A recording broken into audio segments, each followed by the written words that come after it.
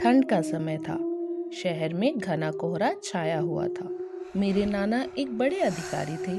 रोज की तरह उस दिन जब मेरे नाना अपने काम खत्म कर दफ्तर से घर की ओर जाने लगे तो रास्ते में पड़ने वाले बाजार से कुछ सामान लेने के लिए रुके।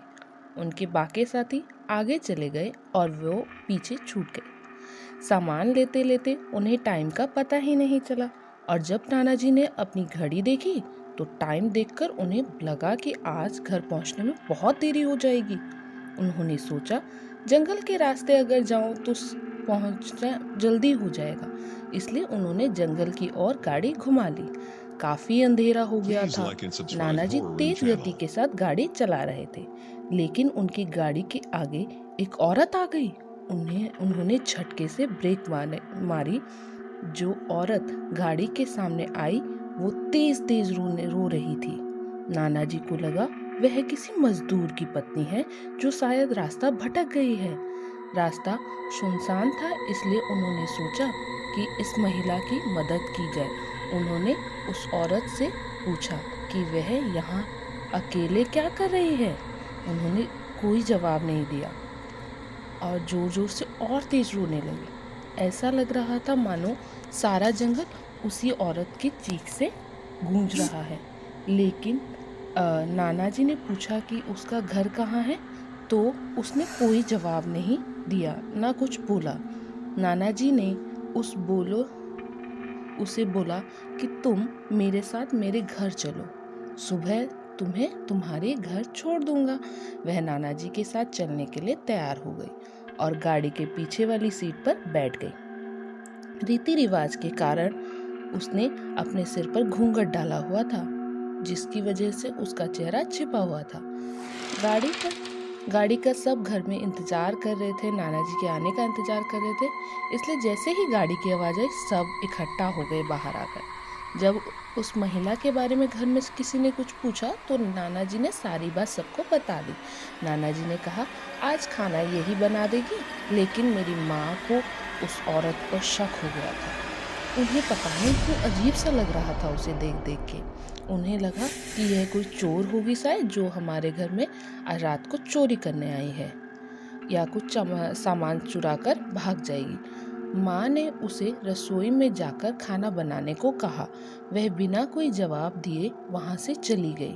रसोई में से अजीब सी आवाजें आने लगी, पता नहीं क्यों। रसोई में सारा सामान रखा हुआ था। मेरी माँ ने उसे कहा कि सब भूखे हैं, इसलिए जल्दी से खाना बना दो। उसे रसोई में भेज तो दिया, पर पता नहीं क्यों मेरी माँ का मन अजीब सा हो रहा था।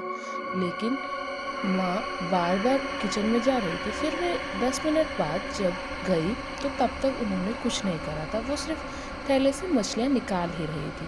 यह देखकर माँ गुस्सा हो गई। उन्होंने बोला कि तुम अभी तक खाना नहीं बनाई हो तो खाना बनाओगे कब और हम सब खाएंगे कब। उस महिला का चेहरा लेकिन अभी तक किसी ने भी नहीं देखा हुआ था। उसने घूंघट करा हुआ था। माँ उसका चेहरा देखने की कोशिश करती रही, लेकिन उसने बहुत संभल कर मतलब किसी को देखने ही नहीं दिया, झलक तक नहीं देखने दी। माँ ने कहा कोई ज़रूरत हो तो बुला लेना, लेकिन फिर भी वह कुछ नहीं बोली। उन्हें लगा शायद अनजान लोगों के बीच डर रही होगी। माँ रसोई से चली गई, लेकिन जब माँ 10 मिनट बाद फिर वापस आई, रसोई का दृश्य देखकर माँ डर गई। उन्हें ये पैर के नीचे से जमीन खिसक गई। उनके गले की आवाज नहीं निकली।